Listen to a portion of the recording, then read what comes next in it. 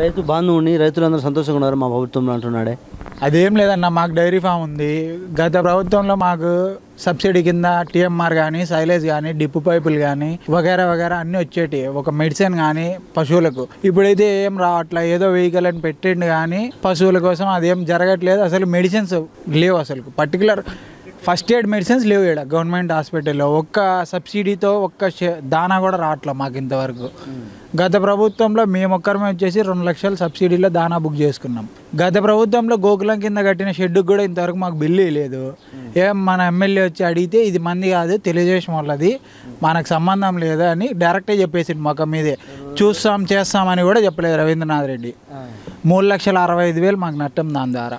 78,000 bill పడింది. ఆ బిల్లుకు 1,10,000 అనేసి బ్యాంకులో చూపిస్తాను. ఏమని అడిగితే మీకు ఇంకా పడదు బిల్లు అంటాను లోకల్ వాళ్ళు. అది ఉండే సమస్య. 30,000 ఎక్స్ట్రా డబ్బులు చూపిస్తాను మాకు.